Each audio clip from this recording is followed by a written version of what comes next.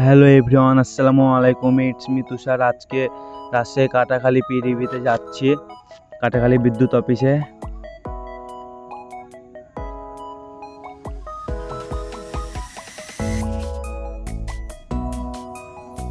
চলে এসেছি রাজশাহী কাটাখালী বিদ্যুৎ অফিস পিডিবি।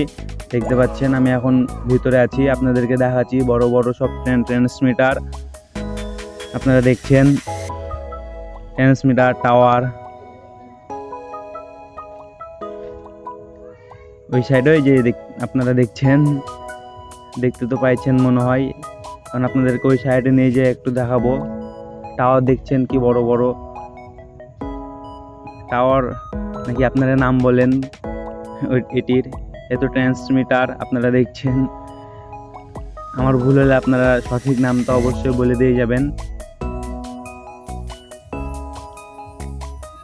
খুব সুন্দর পরিবেশ,